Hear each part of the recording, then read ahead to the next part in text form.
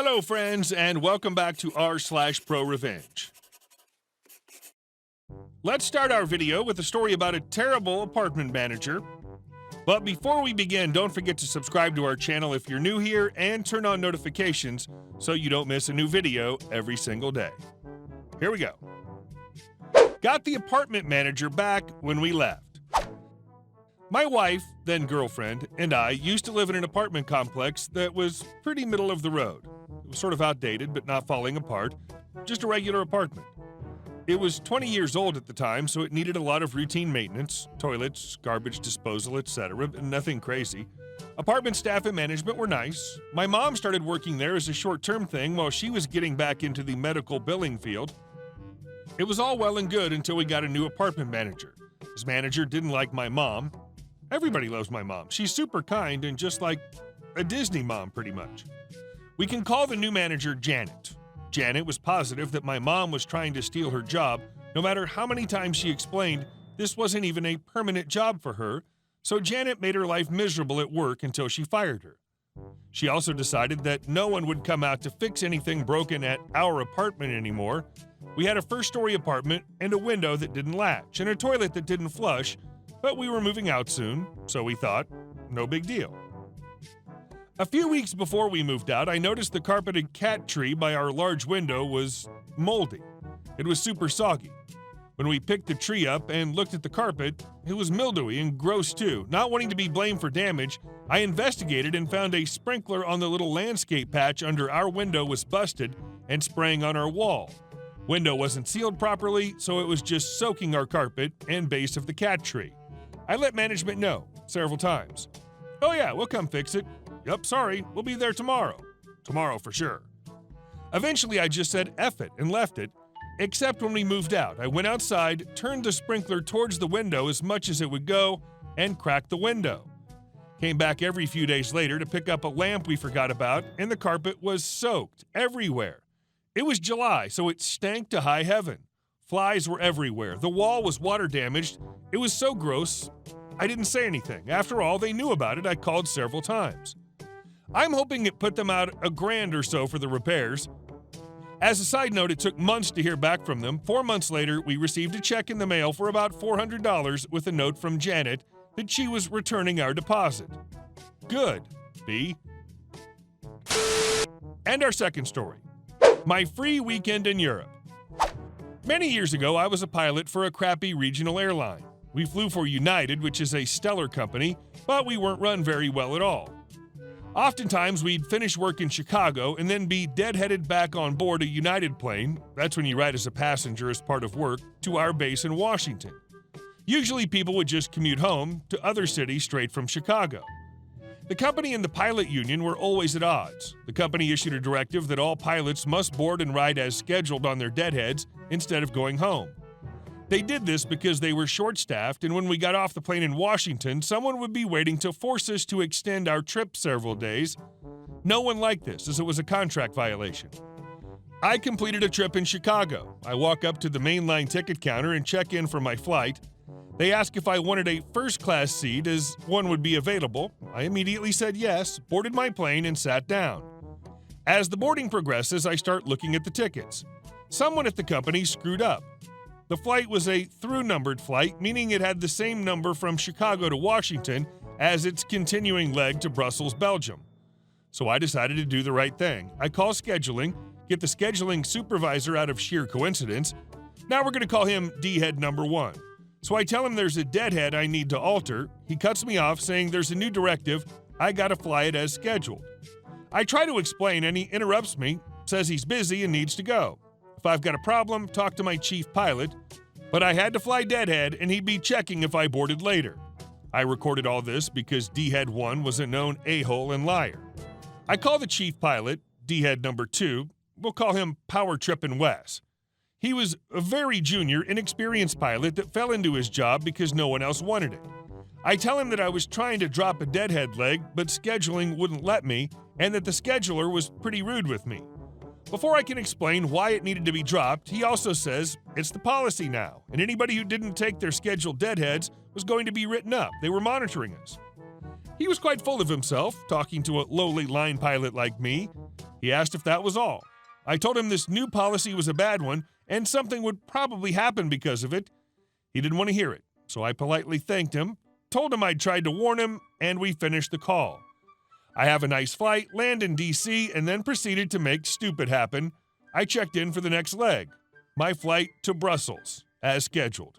Changed into my drinking clothes, got my first-class ticket, and had a nice ride to Belgium and a few cocktails along with a nice sleep. I also composed email to the union along with my 2 recorded phone conversations.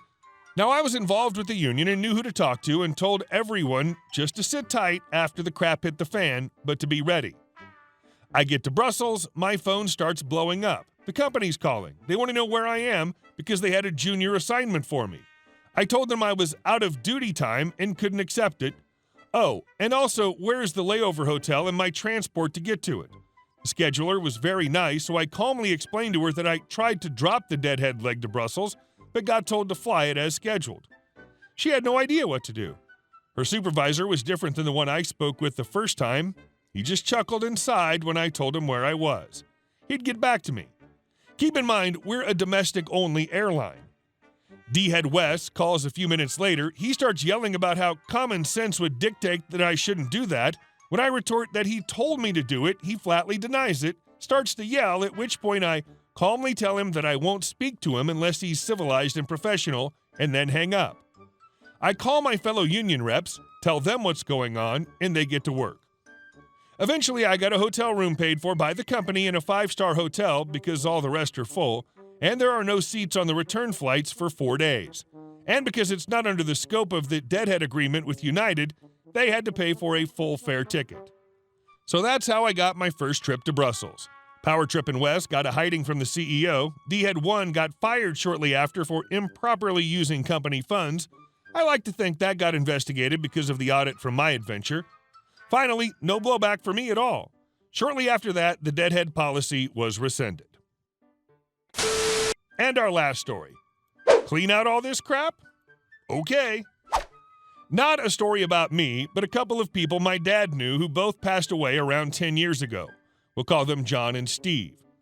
These guys, along with a few others, not relevant to this story, were notorious for their yearly trips into their local mountains for fishing and hunting, which is where we got to know them, as my family ran a tourist cabin nearby. The whole area was a protected national park, meaning no roads existed within 30 kilometers, only a dirt track for tractors, and permission to drive on these roads were very sparingly given out. This will be relevant later. Now, most of these guys owned a cabin up there, but Steve didn't, so in the early years, he mostly stayed with John. A few years in, they had a party at one of the guys' cabins, and a bunch of hunters from the cabins around joined in. Once they got to talking, Steve overheard a guy who was lamenting how he had so little time to fix up his cabin, which was at the moment just an empty shell with a bed and old rusty oven. Steve chimed in and said he could fix it up for him if he could use it when the owner wasn't around, which was most of the time anyway. They made the deal, and for the next couple of years, he shined that cabin up until it was luxurious. He insulated, built bunk beds, put in a new oven and cabinets, stocked it with firewood and food, all the essentials. He even made a new chimney. And this was all carried on his back. Every piece of material he used, he poured blood, sweat, and a lot of money into that place. The owner was basically getting the value of his cabin tripled for free. After many years, now all in their 60s, Steve started suffering from Alzheimer's disease. He would still hike and fish for a few years, though got lost many times and eventually had to give it up after getting lost and almost freezing to death. In his last summer of using the cabin, he had left it in a bit of a mess. Not too surprising in his deteriorating state of mind. Sometime in late summer, John came for a visit at Steve's house. Steve was clearly upset and told him he had gotten an angry phone call from the owner of the cabin telling him to clean up the mess and to never use the cabin again. In a different language, but something like, clean this crap up, then get the hell out. Now, John wasn't a man you'd want to mess with. Being well known as a rowdy drunk with a bad temper, even in his 60s as I remember him from when I was a kid, he was a very imposing man. Think Bluto from Popeye in real life. He knew how much that place meant to Steve, having spent every summer for decades there, fishing, hunting, and drinking together. He had helped him fix it up and had seen how Steve thought of this cabin as his own paradise.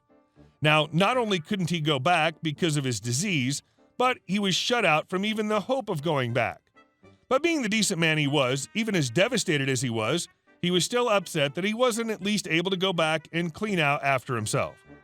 These were old-fashioned country guys, and he felt he'd been negligent in his care of the cabin, even if it didn't deserve the reaction it got. This only made John more furious, so he told Steve, "Don't worry, I'll clean it up for you." So he went to the cabin, ripped down the beds, smashed the oven with a sledgehammer, tore down the cabinets, and shattered every plate, glass, and cup. He pulled down the interior of the walls and ripped out the insulation, ripped up the floorboards, and knocked down the chimney. He then took all the rubble outside and burned it, tossing in the lake anything that didn't burn, like the smashed oven. He then called the owner and said, "I've cleaned out all the crap." Hey guys, thank you all for watching the video. I'll see you in the next one.